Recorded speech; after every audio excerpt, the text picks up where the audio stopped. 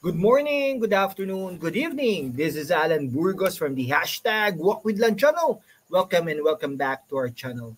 Guys, if you are not yet subscribed to our channel, please do it so now so that you can be a part of this growing family. We are now officially 8,538 subscribers. Thank you so much, guys. Malapit na tayo sa 9,000. God bless you all. Mahal na mahal ko po kayo. I love you all. Okay, sige, ang pag-usapan po natin today ay yung dyan sa politika dyan sa Maynila, ang Kapitolyo ng Pilipinas. No? Kasi kahapon po, kasasabi lang ni Congressman, dating konsehal Joel Chua ng Quiapo District ay talaga naman na ano daw yan, no? Taksil daw si Yorme Isko Moreno, no? Bakit kaya niya nasabi yun? No? Hindi nga natin malaman no? Kasi dahil ang dumi-dumi ng Quiapo, ang dumi-dumi ng Maynila, no? Bakit po ganoon, no? Gusto lang ng mga Manileño na ibalik ang dating sigla ng Maynila. Since ito ang Kapitolyo, dapat ito ay malinis, maganda at maaliwalas. May pwedeng pasyalan ng mga tao. Di po ba? Di ba diyan sa City Hall, di ba? Maraming mga businesses diyan. Nagsara na yata dahil wala ng tao, dahil hindi na po maganda ang Maynila, no? Bakit po ganoon? Kaya nga po dapat ang ano po dapat ang tamang term, ang hindi po si Yorme ang nagtaksil sa inyo, kundi kayo po ang nagtaksil sa mga Manileño. Bakit po, no? Talagang parang utusan ni Mayora, si Congressman Joel Chua, no? Na laban kay Yorme Isko Moreno, no? Talaga namang gustong ibalik ni Yorme Isko Moreno, no? Ang alkaldeng nagbalik ng ningning sa Maynila. Ay ano raw, sabi ni Manila City 3rd District Joel Chua, naku po. Sabi pa ni Joel Chua, felt betrayed daw sila, no? Kasi tatakbo uling mayor si Isko at ito raw ay pagtataksil sa kanilang partido. Lintik na yan. Di ba? Kung kayo hindi nyo nagagawa ang trabaho ng isang public servant na pagandahin ang kanyang bayan, no? Pagandahin ang kanyang lugar, wala kayong karapatang umupo diyan, no? Naririnig mo ba, no? Congressman Joel Chua, ang sarili mo? Tayo ay democratic country.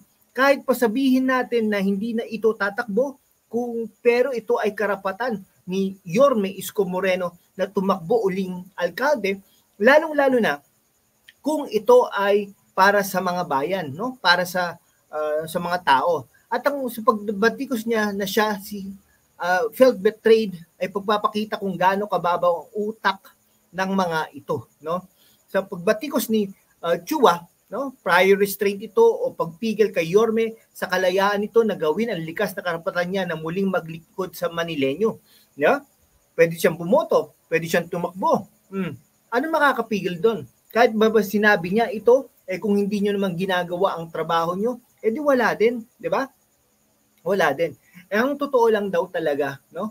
Yorme, ang totoo si Yorme Isko ay dapat magsabi na siya ang felt betrayed kasi sa loob na mahigit 2 taon, ano ang ginawa ng kinakampihan niyang mayora? Walang ginawa. Ang pangit ng Maynila, napakapangit, ang dumi, no? Nung nakaupo si Isko, sikat, popular ang Maynila sa buong Pilipinas kasi ang daming proyekto na nagpapaangat sa kalidad ng pamumuhay ng Manileño. Ngunit ngayon, nasaan ang Maynila? Napakadumi. Ang pinagandang imahe, ang pinabangong amoy ng Maynila ano sa panahon ni Hani. Kahit si Chua ayaw lang niyang aminin, bumalik ang amoy ebak at ang serbisyo publiko. Bumagal, huminto at muli na pag-iwanan ang Maynila. Asan ang bagong proyekto, bagong asenso Maynila na inumpisahan ni Cois na dapat itinutuloy ng kakampi ni Chua. Dyan nga sa Quiapo, sinasabi ko nga sa inyo, napakapangit na lugar. Diba? Santa Cruz, ang pangit ng lugar. No? Lahat ng kinasasakupan ng distrito ni Joel Chua ay wala. Walang may presentang bago, naiiba ang City Hall, at kung mayroon man, iyon ay mga accomplishment, mga proyektong tatak ng bilis kilos na gawa ni Yorme Isko Moreno. No?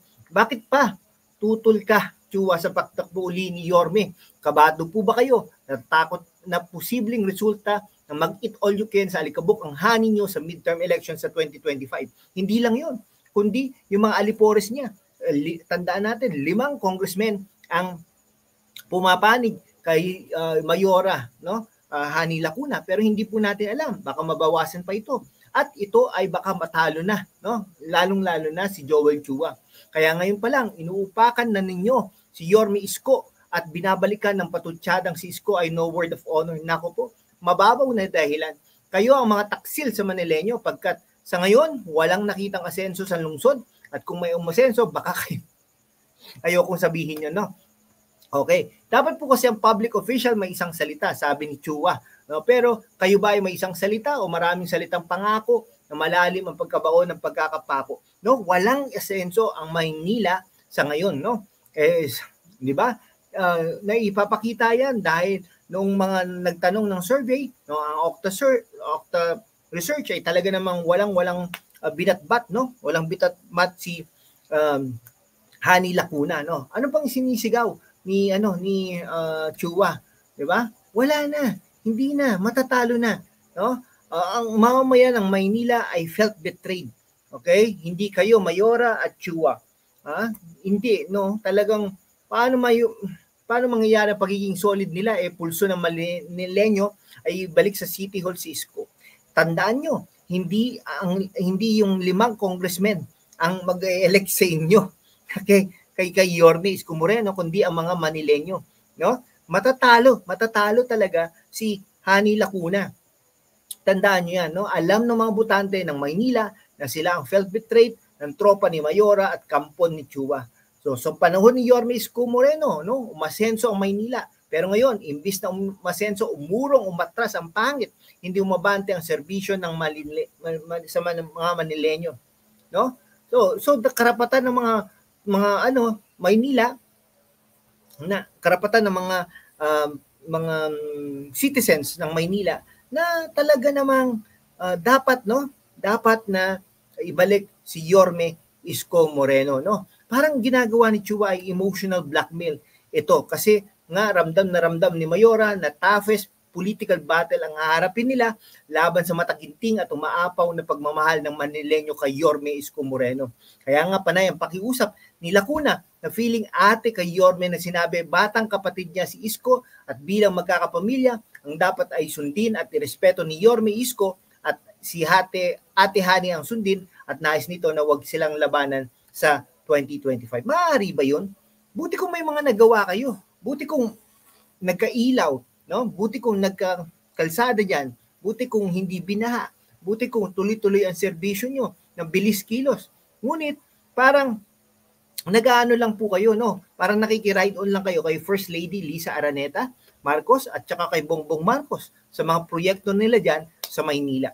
Pero anyhow, hanggang dito lang po, magkomento po kayo diyan. Kung sino po ba na feel betrayed pa tayo o mga taga Manileño, no?